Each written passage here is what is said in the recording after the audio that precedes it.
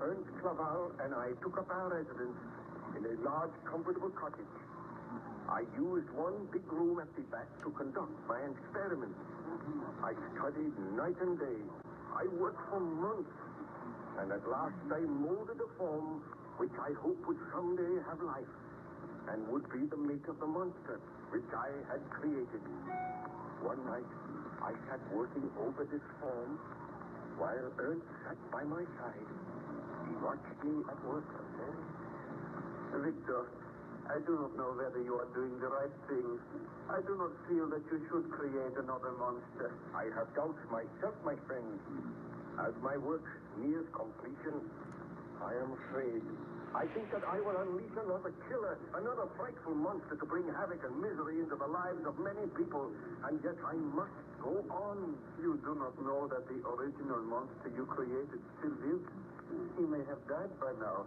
And if you continue with this work, you may have to destroy it. Sometimes I feel that the monster which I created will destroy me. Oh, you should not think of those things. Have you heard from Elizabeth lately? I received a letter from her yesterday. She begged me to return home and wonders why I am delaying so long. She must never know what I am doing. She will never forgive me. She will never learn. Come to bed now, Victor. You have worked long enough. You look tired and ill. I am tired and ill, but I cannot leave my work at present. You go to bed and leave me here. The truth to tell, I am tired of this cold, windy, unpleasant island. Will we be here much longer? Not very much longer. If I work through the night, it will merely be a matter of waiting for a thunderstorm. That might come tomorrow, and then my work will be complete. Then this lifeless body will have the divine spark, and I will have sinned again. Oh, think of it, Ernst. I should not do it. I know I should not do it. Courage, my friend. It is not too late to destroy the body. Go, leave me. I must think. And I must work on and on, working for the monster which I created. You will be all right here? Of course. Why not? Oh, very well, my friend. I will bid you good night. A moment. Oh, what was that? Oh, the casement window flew open. The force of the wind must have blown it open. Strange. It has never done that before. I shall close it before I go. That is better. Good night, Ernst. I will see you in the morning. Good night, Victor. Do not stay up too long. Alone with the devil's work that I have made my own. My thoughts drive me to a frenzy. If only I had never attempted to create the monster. If only I did not have to slave now at the orders of my own creation. What's that? I said that I would be watching over you, Frankenstein. The monster. I have watched you these many days. I've traced you to this lonely island, and I am happy knowing that now you are obeying my orders, knowing that soon I am to have a companion, a mate in my own likeness. Oh, why do you haunt me? Why have you followed me here? Are you not my creator? Have I not the right to follow you and watch you at your work? Anger me not, Frankenstein. I am living for the day when that lifeless form that lies before me shall have life. Then there will be one creature on this earth which will not regard me with shuddering hatred and loathing. You look more hideous than ever.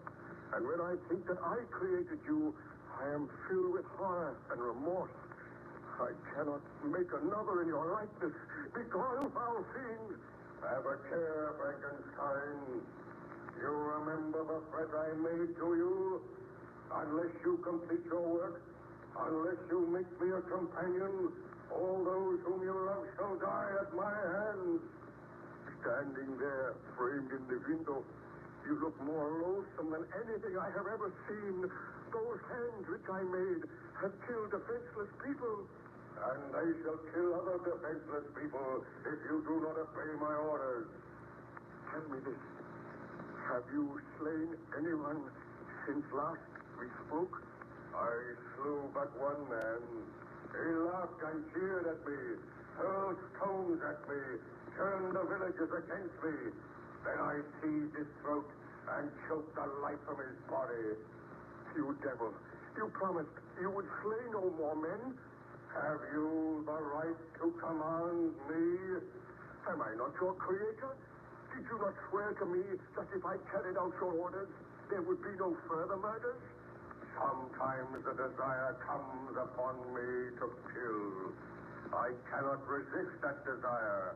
But proceed with your work, Frankenstein. I like to watch you. Go from here. I will not proceed with my work while you are here. Go, you loathsome visage. Oh, you fill me with horror and hatred. Very well, my master. I will go.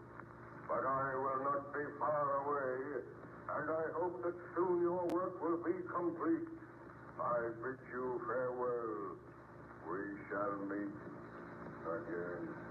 Did the monster trouble you again that night, Baron Frankenstein? I did not see the monster again that night, but I sat in thought for many hours, realizing that my ghastly work was a great sin. Remembering the face of the monster as I had last seen it, wrinkled with ghastly malice and treachery. I was sitting there when dawn broke. My friend Clavard came in and found me. As soon as he saw me, he said, "Victor, have you been here all night?" "I haven't." "Is your work complete?" "It is not complete, but I received a visit from the monster last night, and I know now that I cannot complete this work. I dare not make another fiend. I have not the right to do it." What did the monster say?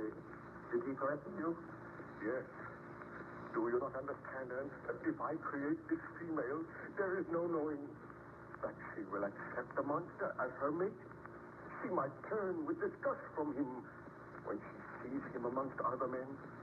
She will also know and realize that he is hideous and deformed, and she may have the same murderous purposes. I dare not do it. I must not do it." My poor friend, how can I advise you? "Give me that iron bar. I feel that madness is upon me. I swear that I shall never complete this work. Give me that iron bar, Ernst." Here it is. What will you do with it? "You will see. I will destroy all traces of my work. Look, I smashed this lifeless form to atoms.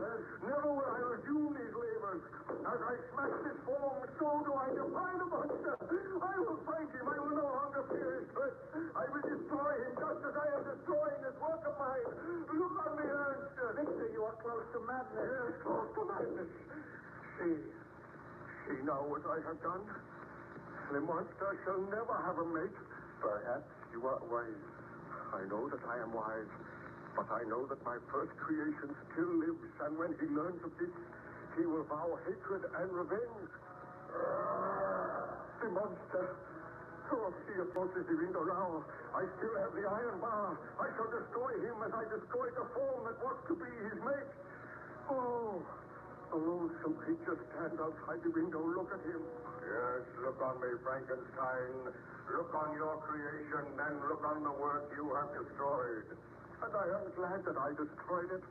Do you dare to break your promise? I left Switzerland after you. I crept along the shores of the Rhine. I have dwelt many months in the heaths of England and among the deserts of Scotland. I have endured unutterable fatigue, cold, and hunger, and now you dare to destroy my hopes. Your threats cannot move me. They confirm in me the determination not to create a companion for you. Do you think that I, in cold blood, would set loose upon the earth another monster whose delight is in death and wretchedness? I will kill you. Careful, Victor. I do not fear him. I seize the iron bar from his ground.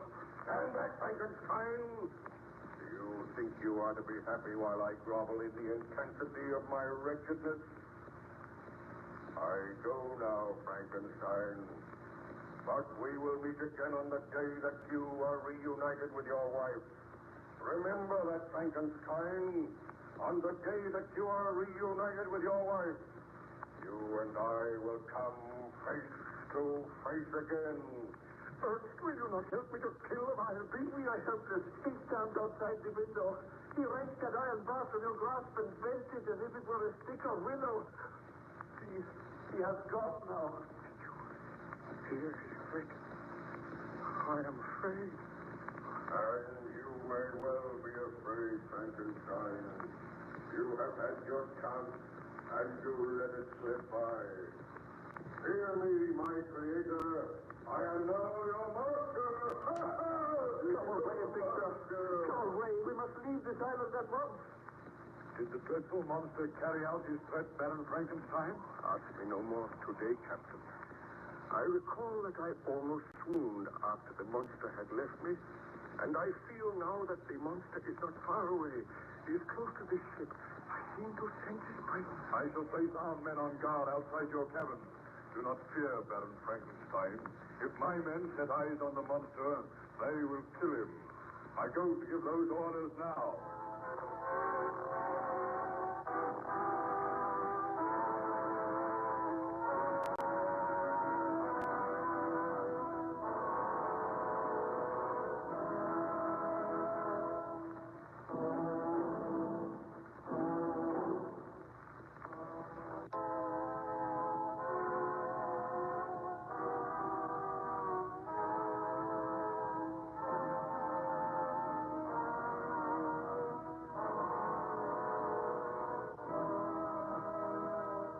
We now present George Edwards in Frankenstein.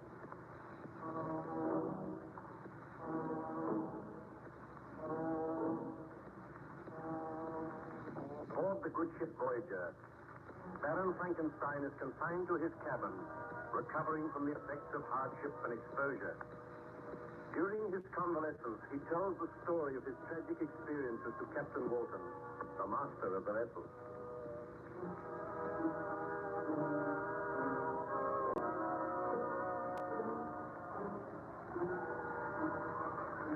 Well, the weather seems to be improving a little, Baron Frankenstein. For a wonder, it's not snowing. Perhaps the thaw is going to set in soon. Then you will have to take your vessel back to England, and you will leave me here. We shall certainly not leave you here. Oh, but you must. I cannot return to civilization until I am sure that the monster of my creation is dead. Let me plead with you, Baron Frankenstein. You were in the last stages of exhaustion when you came aboard this vessel. We have nursed you back to health and strength. Come back to England with us. Forget about the monster. I feel sure that he has perished out there in the blizzard. Oh, if only I could feel sure. Tell me some more of your story. What happened after you had destroyed the companion you were making for the monster? Did I not tell you that the monster returned and threatened me?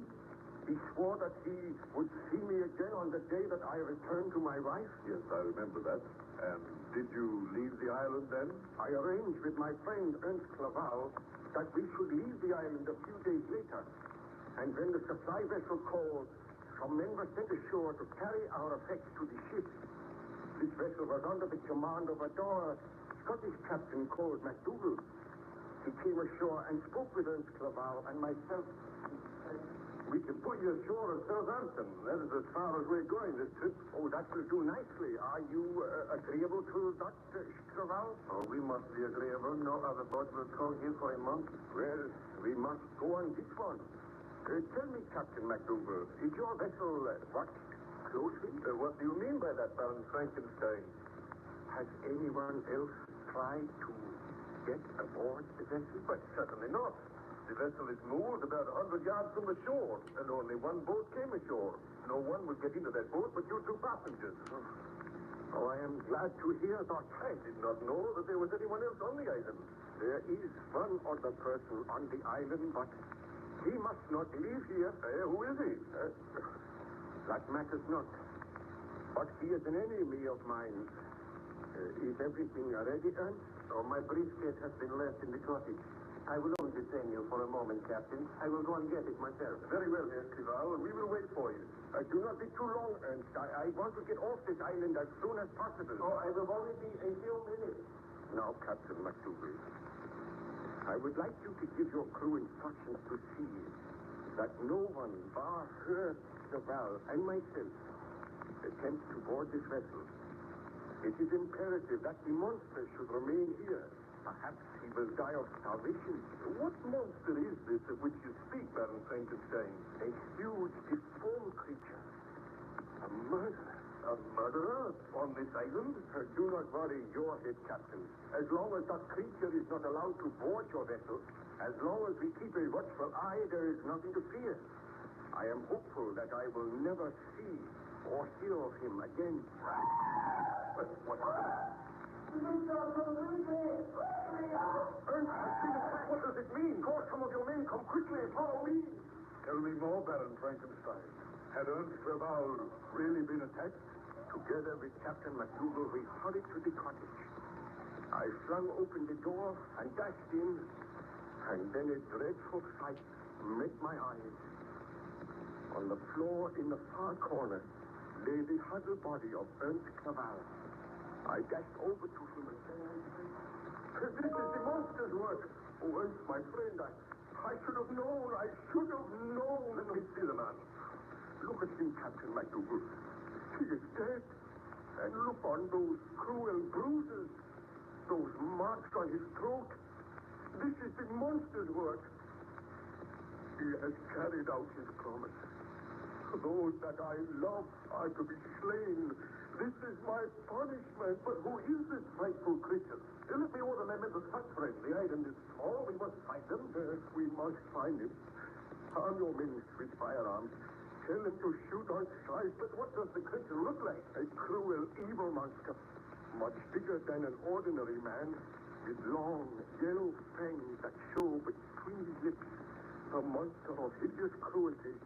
Oh, he must be found and slain. But who is he? What is his name? He has no name. I created him. You created him? You created this monster, Baron Frankenstein? It is the truth. Go, man. Tell your men to search for this monster. Tell them to slay him. Leave me here with my friend Ernst. Will you be safe here? I will be safe, although I pray for death. Go, Captain. I beg that you strive to find the monster and slay him. I will gather my men at once. We'll search the island thoroughly.